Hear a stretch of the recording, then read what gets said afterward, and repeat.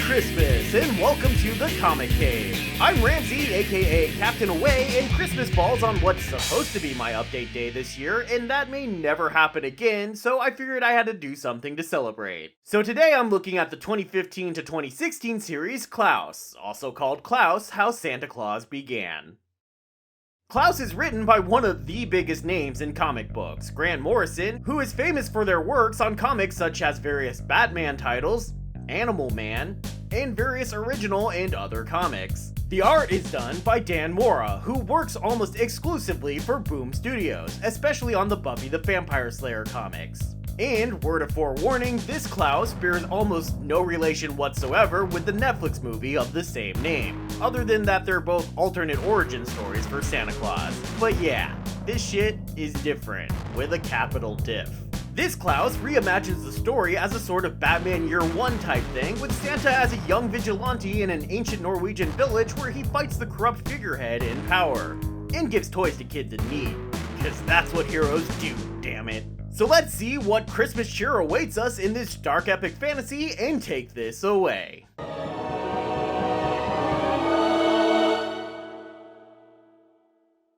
The comic opens on Klaus bringing some pelts and other wares to sell in the local town of Grimsvig, because he can't trade at his normal location. Grimsvig is a grim place, but it used to be a happy place, especially during the yearly midwinter celebration of Yuletide that is almost upon them. And Klaus just can't seem to fathom how this change could have come over it. It seems the local lord, one Baron Magnus, who rather disappointingly seems to have no magnetic powers, is working the men to death down in the mines. And the town's guards are thieves who steal Klaus's pelts and even toys from little kids, even when that toy is a rock. They're also bullies who beat up little kids for having said toys. Klaus tries to stand up for the kid, but he's quickly outnumbered and run out of town. The guards chase him through the woods for sport, attempting to kill him, but that doesn't work out so well for them since Klaus isn't actually alone. He's partnered up with a mo-effing wolf. Hot damn, check out that badass wolf.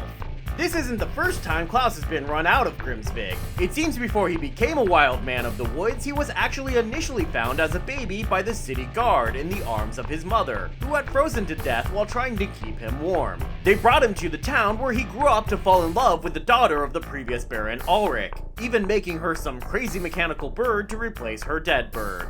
What a nice guy. Eventually, he became a member of the city guard, and at one point, the city received reports of a nearby pack of wolves. The guard successfully set a trap for the wolves, but as they're about to, I'm sure do something totally humanitarian and animal-friendly to the wolves, Klaus hears a noise and goes to investigate, wanting to make sure no wolves escape the trap.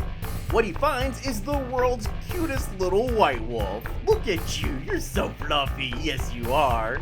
Klaus is unable to bring himself to kill the pup, and instead it earns a treat and a pat on the head. Who's a good pup? Years later, Klaus is accused of having poisoned Baron Ulrich by a young Magnus, and he's run out of town and left to die in the snowy wilderness, to be killed by a wild wolf. But it seems this is the same wolf he chose to protect as a pup, and it remembers him and even protects him from the bitter cold in return. What a good dog. This banishment comes despite the fact that we are clearly shown that not Magneto there is the true culprit behind Ulrich's death. He did it because a voice in his head told him that by doing so, he would gain power in the affections of Dagmar, Ulrich's daughter. And look, I'm not gonna head voice shame anyone, but if that voice starts telling you to kill, maybe just don't listen to that voice, okay? But it does seem to work out for Mags as Dagmar buys into the murder charge, spurning her love for Klaus, and would come to marry Magnus, and together they would have a son named Jonas. But Jonas would grow up to be a selfish, spoiled child, which we are shown right away in how he has this amazing giant city set that the town's craftsmen worked all year to create, and he just goes Godzilla stomping all through it. Man, I want a Godzilla stomp through a tiny town.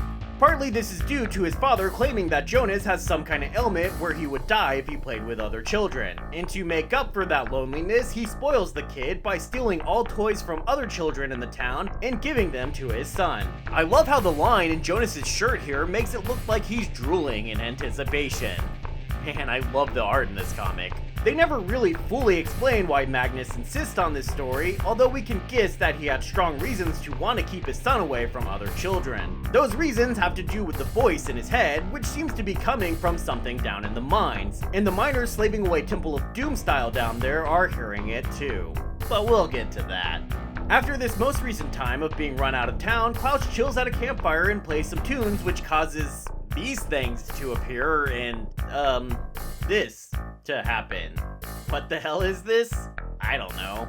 When Klaus wakes up the next day, he finds himself surrounded by toys, so I guess they were magical toy-making ghosts. I don't know, man. Klaus, knowing kids in Grimsvig don't have toys because they aren't allowed to have them, decides, hey, I'll give these to the kids of the town. So he sneaks in with use of a grappling hook all Batman style, and also throws a snowball to, snowball down a rooftop until a giant snow boulder drops onto some guards, smothering them. But not before they happen to have spotted Klaus climbing the wall and set the town into alert mode. Aw man, just restart from the last checkpoint, Klaus, and then try to be sneakier next time. That's what I would do. Though it's not shown, Klaus clearly spent the night sneaking into homes and delivering toys because everyone wakes the next morning to find toys everywhere. Well, everyone but Jonas, who resents the other children getting to have fun. Magnus has a solution for that, having his men gather up all the toys and send them to Jonas. But the, what do you call the son of a baron? The Baron Jr. finds the toys to not be as fun because they don't move on their own for him like they did for everybody else. Well, Jonas, maybe they're all out of batteries. But they're still making noise! Dagmar also notices the similarities between one of the confiscated birds and the toy bird Klaus made her when they were children. Magnus, meanwhile, has his men tearing the city apart looking for the intruder, including this giant of a man named Olav. You know his name is Olav because he speaks of himself in third person, and so says his name a lot. And then also clarifies that he is Olav, just in case you missed that. That's a pretty good gag, honestly. Despite Olav's intimidating size, Klaus ends up taking him out pretty quickly, dropping him into the snow and then, turning him into a snowman? What? Did this comic just make a Frozen reference? Eventually, Klaus manages to get away, but quickly returns to visit Dagmar. She's still mad at him for having killed her father, but she immediately seems to buy his explanation that he's innocent. Especially with him providing a gift for her, another bird to replace the one Magnus discovered she had and then callously crushed that jerk, and also one for Jonas, this super cool robot looking thing. Man, Jonas gets all the cool stuff. Dagmar brings the gift to her son and encourages him to play with it, but of course he just wants to smash it. Dags convinces him to try and play in a less destructive way, and to Jonas's surprise, he actually starts to have fun for the first time in his life. Jonas having to ask his mother if what they're doing is playing is just the most tragic thing. Alright, maybe you're not all bad, J-Bot. So of course, their good times are ruined by that jerk Magnus, who shows up to have Jonas write a letter to Santa, a name the locals have given to their mysterious benefactor. The rest of the kids in town are also writing letters to Santa, but they're burning them in the fireplace because they seem to think that the smoke will travel north to his home and that's how he'll receive the wishes.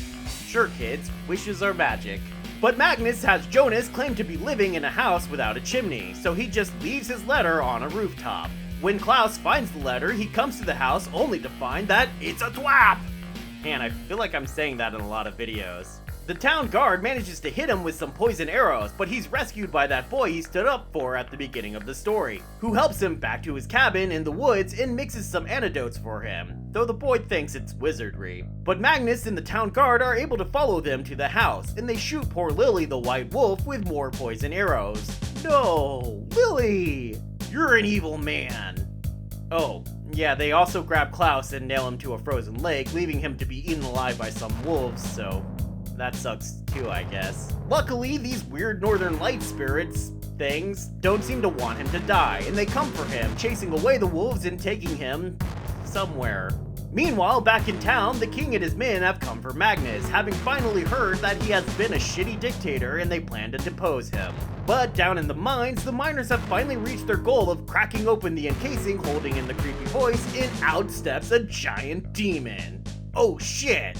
The demon, obviously supposed to be some kind of Krampus to Klaus's Santa-ness, is hungry for the minors.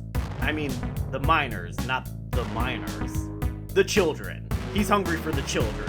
Magnus had prepared a room full of kids that he had abducted for one reason or another, and had been busy fattening them up for the slaughter. But that same boy from the beginning had been smart enough to see what was going on, and led them all in an escape.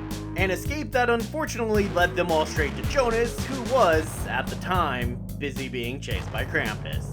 Jonas has finally learned his lesson about being greedy and selfish, and even tries to sacrifice himself to save the other children, a fact that Papa Baron doesn't like one bit.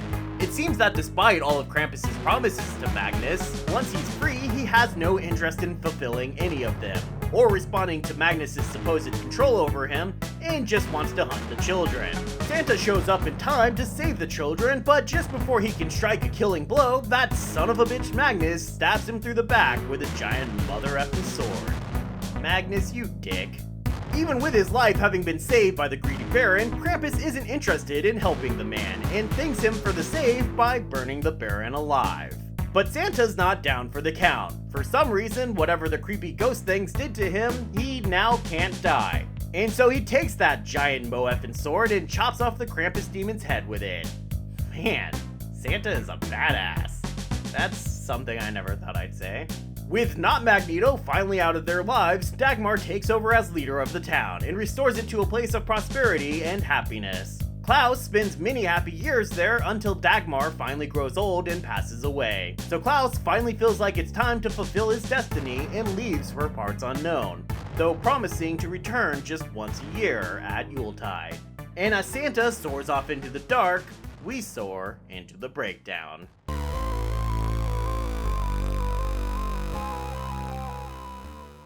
Honestly, I think this might be a great comic for people who aren't really currently into comic books. It's a little bit of a lot of genres, even superhero, and so it's probably a great springboard for figuring out maybe what you liked about this comic, and then moving on from there to other comics that have those things. I do honestly feel the story is a little slow in the beginning, but the action is great, the characters all really grab you, and there's plenty of legit fun, funny, and dramatic moments throughout the whole story. I keep thinking about how I can't believe this hasn't been turned into an animated movie yet, especially considering how absolutely gorgeous Dan Mora's art is. Some might find it to be a little too much on the cartoony side for their taste, but this is, in the end, basically a children's story, so it fits just so well. I especially love the coloring he does, which is all dark and muted for all the bleak stuff, and all bright and colorful during the moments of happiness. Like the sequence where Jonas is playing with his mom for the first time ever, which starts with all scratchy, inky darkness and slowly brightens, until it's ended by Magnus entering the room and literally casting his shadow on them.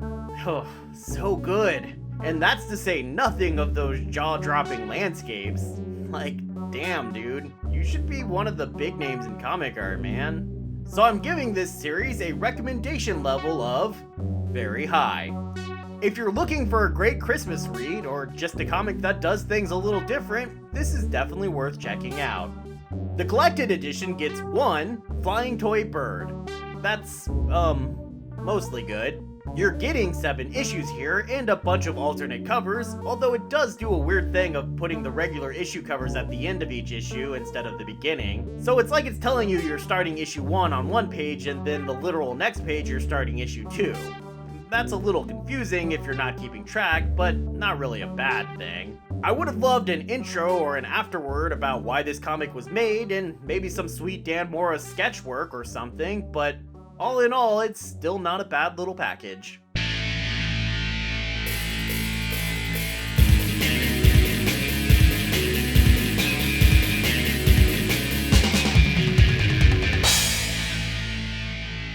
Thanks everyone for watching. I hope you all have a very Merry Christmas and Happy Holidays, or maybe at least just a good break from school or work if you're getting one. Whatever you might be celebrating, if you're celebrating, just please be sure to be careful and stay safe. And I hope to see you next time, right here in the Comic Cave.